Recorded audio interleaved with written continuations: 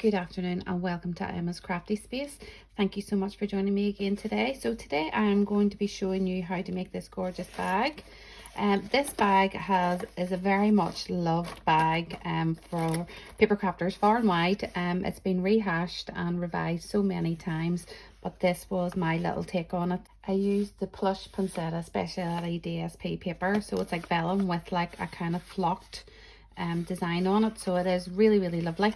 There's also, I've actually put in lights, so it's going to be hard for you to see the actual effect in here, but there is little fairy lights and it just kind of shows up the outline of all the lovely baubles.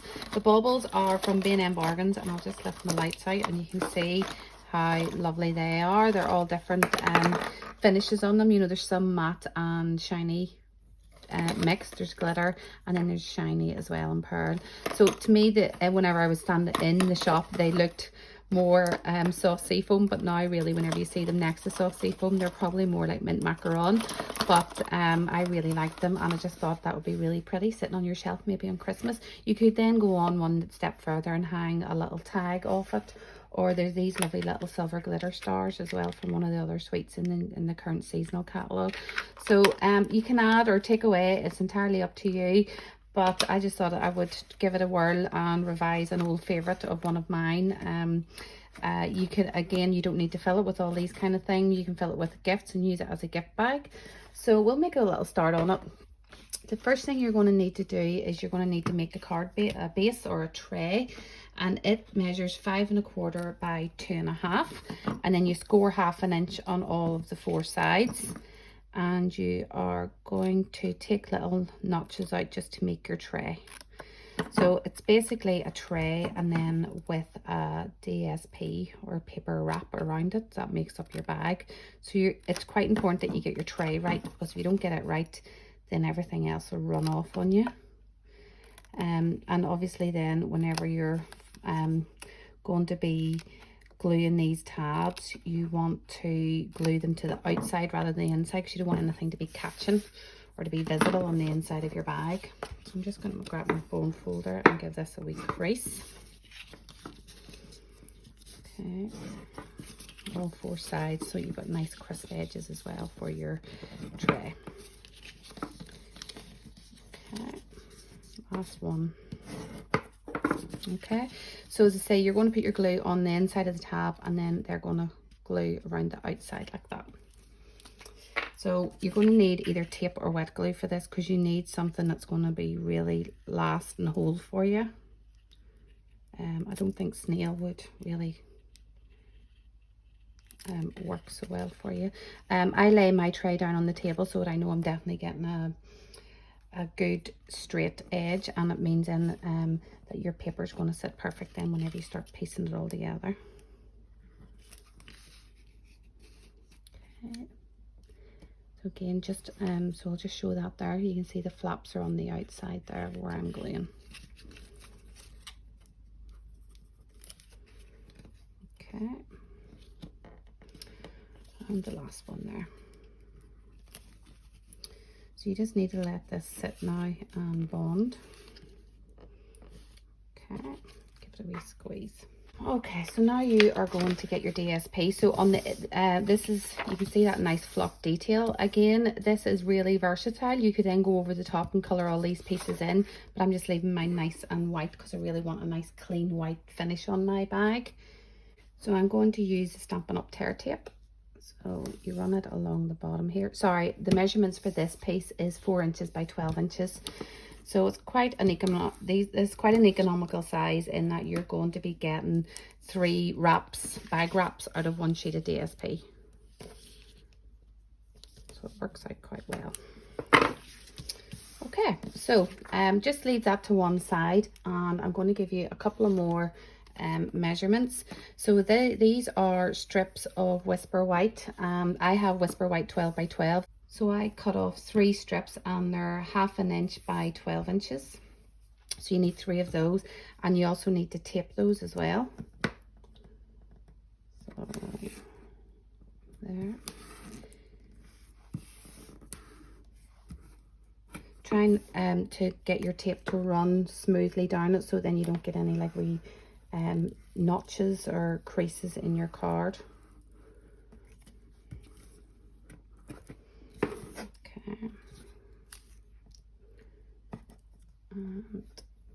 is your last one. So this is, I'm calling this the strapping. So if you look at the original bag, this is what covers all your little pieces of card and behind. So you can see there it's on the inside as well. And it just gives you that nice finishing touch. So you're not seeing any rough edges of card or any kind of telltale pieces that it's been all where it's been stuck together. Okay, so that is your 3 straps. I'll give you these last measurements as well. So these are going to be your 2 handles, and you obviously need 2 of those, and they measure 1/2 inch by 8 1/4. Okay, so we'll just leave those to the side. So we'll just make a start on these. So just make sure that there's completely flat as well. So you are going to peel this, if you can get your edging, and you're going to lay it down flat here, and you're going edge to edge. Okay, so you're going to run this across the top. Again, you're going edge to edge. So just take your time with it, you know, you're not in no rush or hurry. Again, nice and smooth it as you're going. So that's the if you can imagine, this is the outside of the bag. This is the outside that's going to be visible. Okay, so then flip it back over, and we're going to run a piece along the top here. And the reason we're doing that is just to make sure it's all nice and tidy on the inside of the bag along that top edge. This is only a little bit extra. You do not have to do this. What I will say to you is, if you want your handles to be hidden, so mine are exposed, you can see that they're on the outside, but if you wanted them to be hidden and in between those 2 layers, you don't do this step. You can do that later on, but it's just a bit fiddly because you're kind of working with the bag when it's already made up. But to me, it's well worth it, but it really is up to you. Okay, so that is what it looks like. I'm just going to hold it there a wee second. So that is the outside, this is the fuzzy side, and then this is the side that has all the smooth vellum, and this is the places of the tape. Okay, so I'm just going to get a bit of tape and continue it up over there.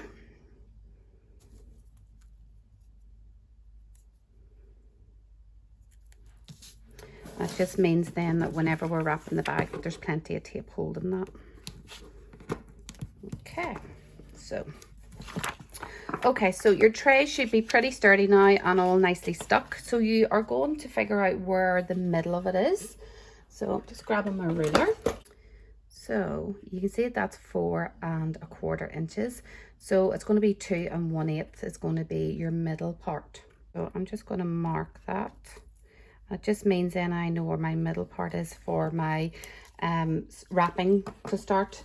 You'll understand what I mean once I start doing it.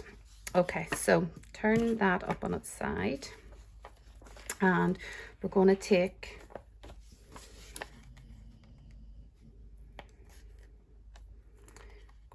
this off here.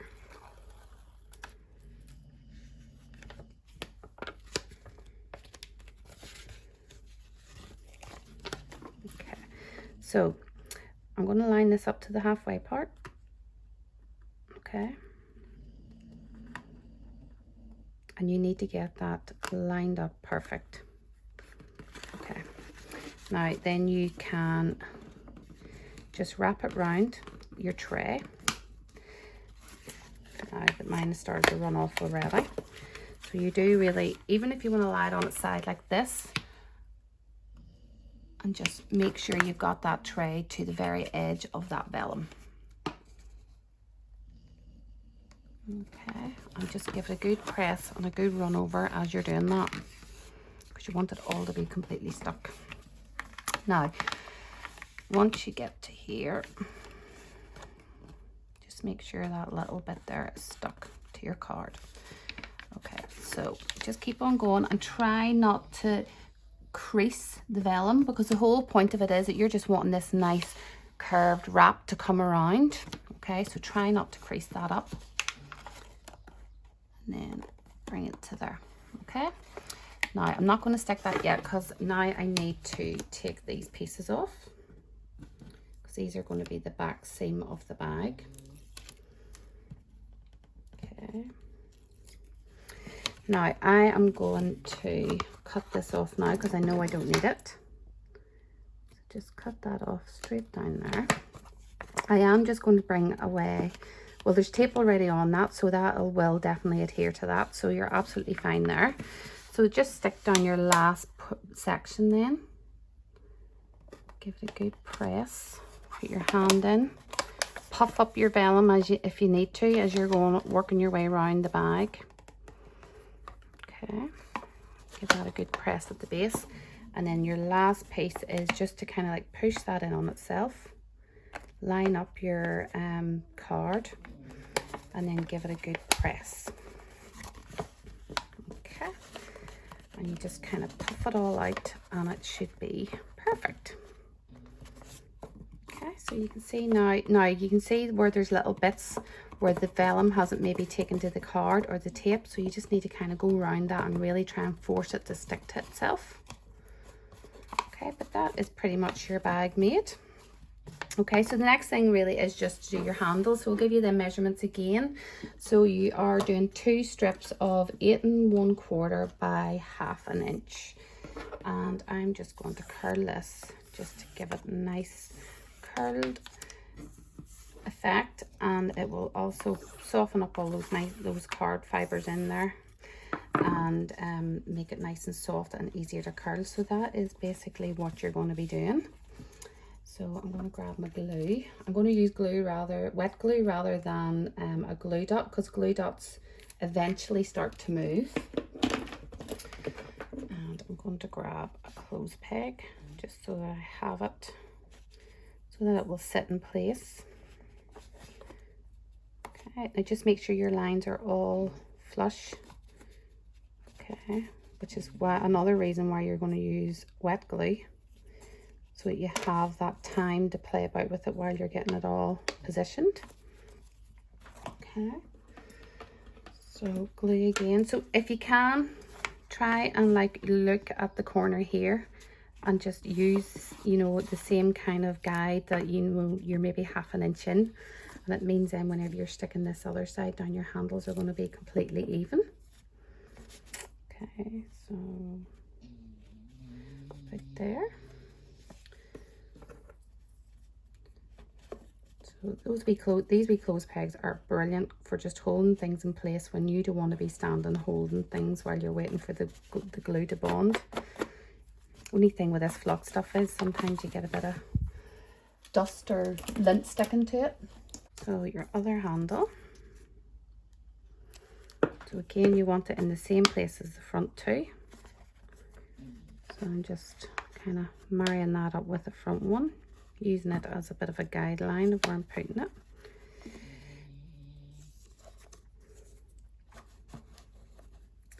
Just so that they're all equal.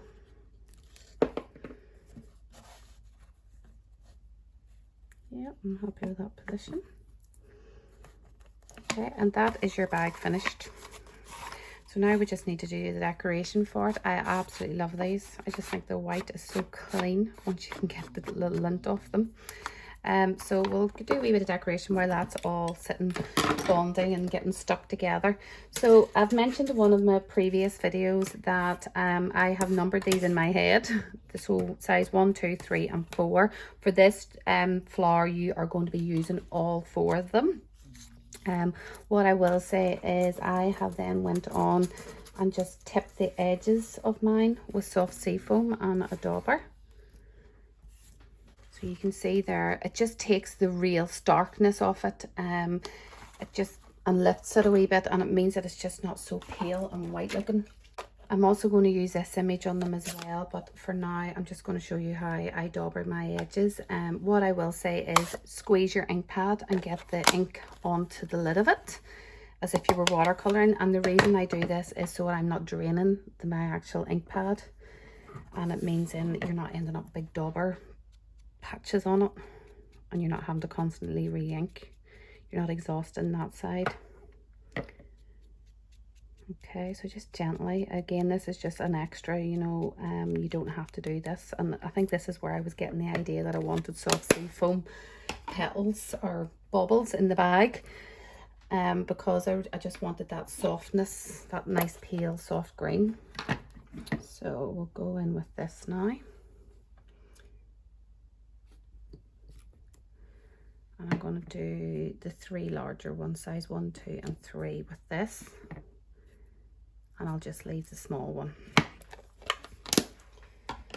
Okay, just set that to the side and I'll move these dies. Okay, the other shapes that I had to die cut then was, I had to die cut 2 of the holly leaves, and I used the cutter and the embosser in those as well. And again, they're taped so that I can just cut and emboss at the same time. And then the little sprig, which I used the silver foil card for. Okay, so that is all my die cuts for this project. Again, it's quick and easy project once you have everything die cut, but getting to that stage can be a bit time consuming. So again, I'm supporting the base of the petal. I'm just giving them a little bit of a curl, and it's just to give it a bit of dimension so it's not just a flat flower sitting on the edge of the bag. Okay. So as they get smaller, they're a wee bit harder to do because there's not as much space for you to get your bone fold around or your fingers in. This one I'm going to curl it the opposite way. So again, just support the base of the petals if you can, get your fingers into it while you're curling around the bone folder. So you can see that. Okay.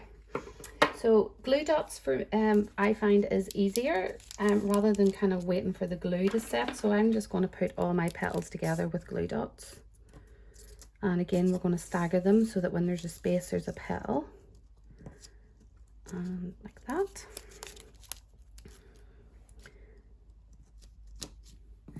And then the last one, I'm going to put on a dimensional, a mini one, just to raise it. Again, that is optional. Oh, I took it off.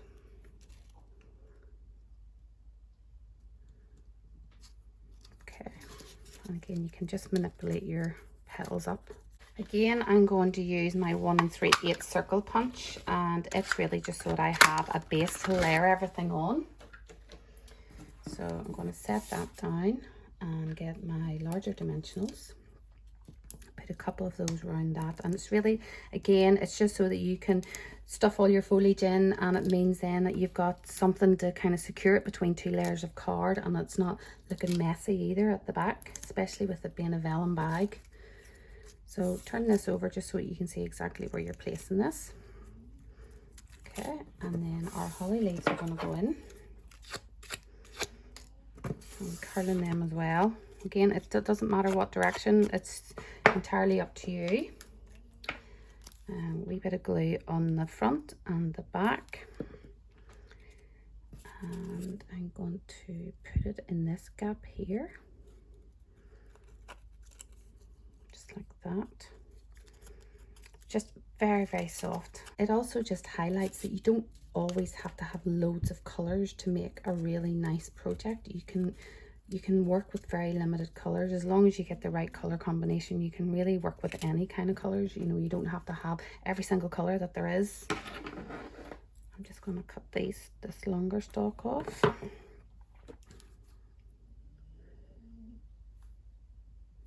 I'll put him down in there.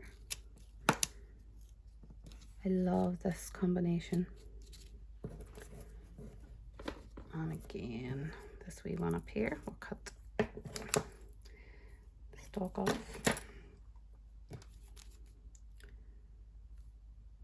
Front and back, because it's going to be getting wedged in between 2 layers. And find a little hole in there between your layers of card.